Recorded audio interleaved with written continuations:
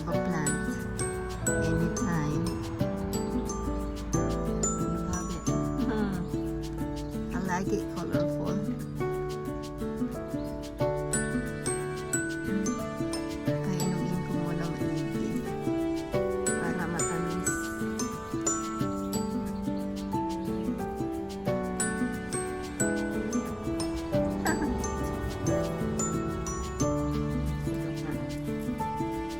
Ay, madami. Madami akong napipitas nito.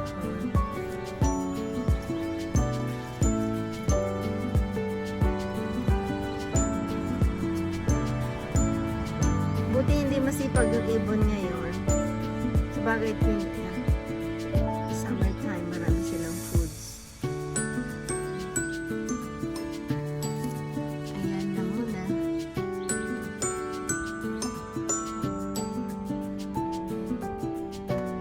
Let's harvest our fruits. Ayan, strawberry. Red na siya. Super red. Kaya pwede na. Mag-ano tayo mag-harvest. Para may merienda ako mamaya. Merienda ko to. Wow! Dami. Oh. Ayan pa.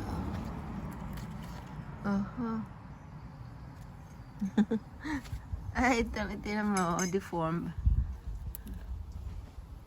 Saan pa ba? Ito na sipi. Naputol kaya nalanta. Pwede na siguro ito. Yan. Meron pa doon sa loob.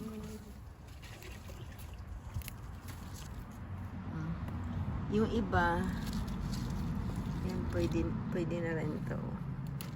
Yung iba nagbulaklak pa lang. Na late, pabulaklak pa lang ang iba. Ayun, may bulaklak pa pala, Tapos may bunga doon maliit. Ayan siya. Naghanap pa ako ng mapipitas. Wala na pala. Ayan, bulaklak na siya. Is flowering. Ayan may bulaklak pa. Ayan Let's pick some of the red berries because this is good for arthritis.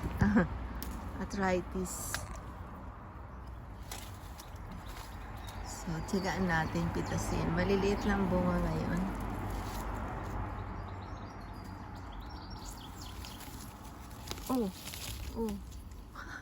Itong blackberries may mga tinik. Natinik ako. Ew. Sakit.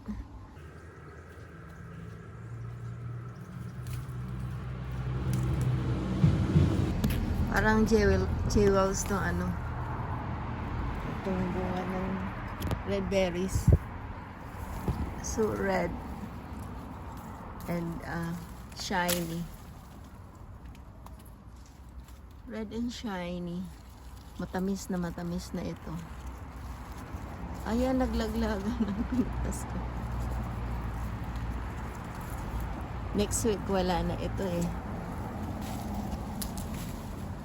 Kaya pitasin na natin para matikman.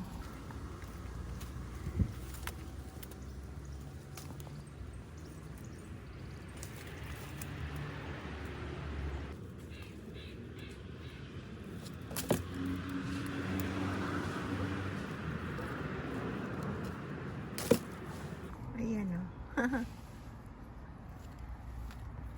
Sayang din naman, overripe na. At nagsawa na yung ibon, hindi na nila binalikan. Yung tao naman. The right time to pick.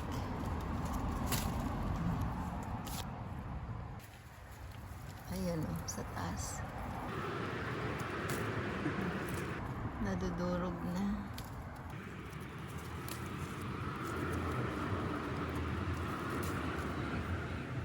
Sarap mamitas. Napaka-therapeutic. The raspberries. Wala, overripe na ito. Oo. Super tamis na nito. Oopsie daisy. Yeah, ito ang ano, gusto ko in life. Lalo pag pag nag-retired na, magtatanim ng maraming prutas sa paligid.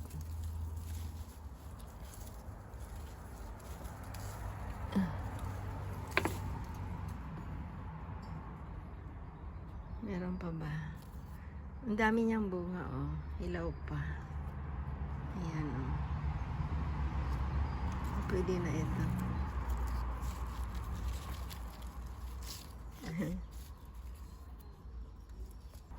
So every other day, you pick some of the fruit. Yan ang maganda dito sa raspberries. Every other day may hinog.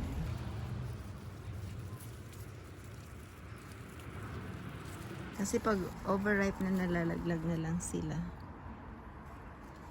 Tapos ang bilis pa niyang buhayin. Invasive to. Kalat lang siya ng kalat, pero worth it. Kasi masarap siya. Yan, malayo-layo.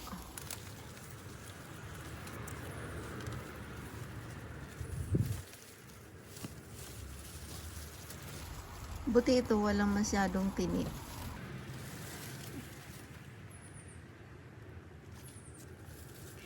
Hey, ang dami kong napipitas.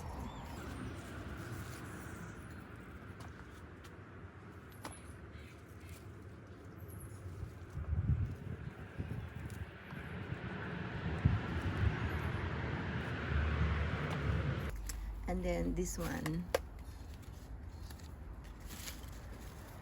Ano ba pangalan nito? Ribs. Ribs ang pangalan niya. Hinog na. Oh, nalaglag. Mabilis na malaglag kasi hinog na. Oh. Yan ang ribs.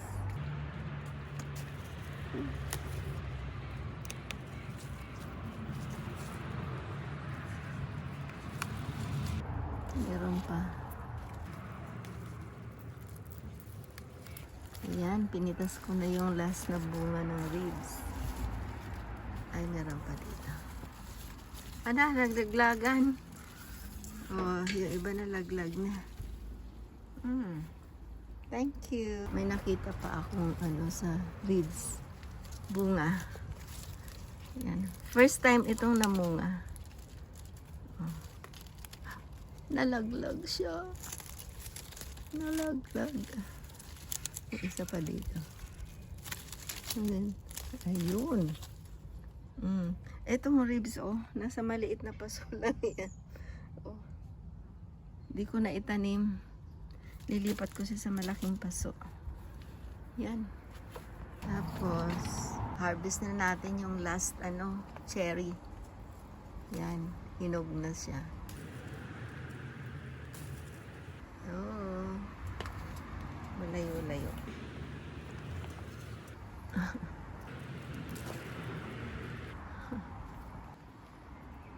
So, today, I have my merienda. Lahat fruits. Fruits from my pot garden. Kasi tingnan mo yung cherry nasa pot. Oh, di ba? Pick of the day. Ayan, galing sa garden ko. Bali, 1, 2, 3, 4, 5, 6 kinds of fruits. So, I have the fruit for the day. Kain tayo.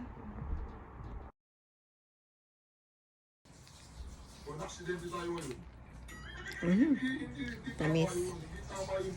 Ang tamis na niya. Kailangan itama ay itama. O diba, pay the consequences. Nagkamali tayo, tao lang, nagkamali sila. Akala nila magagago nila si Umang. Hindi nila magagago si Umang ngayon. Alam mo naman, tutuloy-tuloy tayo sa mali, anong besan eh? Ganun ba na pag-aralan mo sa So, ito naman. Ito naman tikman natin. Sobrang tamis.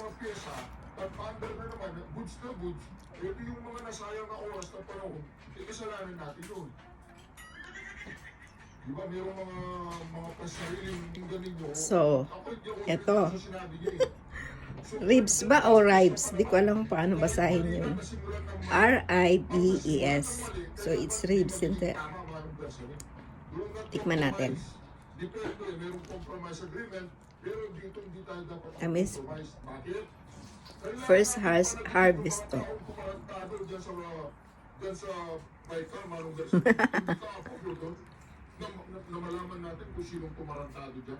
Kung sinong gumawa ng labag sa batas. Hindi natin sila papanagutin. Kung panagutin natin sila, Manong Garcia, tumulong ka. Tamis asim. Kung sino yun, kasi Pero masarap. secretary ka. This is my favorite. Pinakakurat na budget sa kasaysayan Raspberry. ng Pilipinas. Di ba, agree po ba kayo mga ka-reaction na dapat papanagutin Sobrang yung tamis. mga taong involved, yung mga magician na gumawa ng katarantaduan dyan sa Baikal na nagkaroon ng numero doon walang nakasulat. Ito yung Kaya naman, last pagbabago sa raspberry. si Kimboy, Last cherries. tahimik lahat ng mga Baikamera Mana natin. Hinog na siya. tahimik. Lahat sila tahimik. Lambot. Di ba tatapang ng mga yan? Di ba tatapang ng mga yan? Di ba? Si Apo, di ba? Yung bro yan, nakita ko. Tumamis na siya. Si J.J. Suarez. Di ba may bro yan? Wala, hindi sila nagsasalita. Di ba, hindi sila... si Kimbo nga, takbo ng takbo. Malambot na malambot na. Hindi mahuli-huli ng mga reporter. Ngayon, mga ka-reaction. Dapat bumili tayo ng ano. Ayon ba kayo? Sinabi ni Garza. Dito naman tayo sa blueberries. Doesn't make any difference. Yan ang blueberries. Oh, my favorite. Walang flood control. Di ba? Walang flood control. May konting asim pero matamis. Marami yung tamis. Walang masasabi natin flagship na infrastructure na ginawa ni Very fresh from my garden. ribbon cutting na pasimuno ng mga nakaraang administrasyon. Hindi lang si Pangulo Sarap. Duterte, yung mga naunang administrasyon pa na natapos ngayong panahon ni Bongbong Marcos. Pero yung tinatawag natin flagship infrastructure project, wala. Wala po mga kareaksyon. So, I have fruits for the day. Na bigas, Love it. wala. Kaya dapat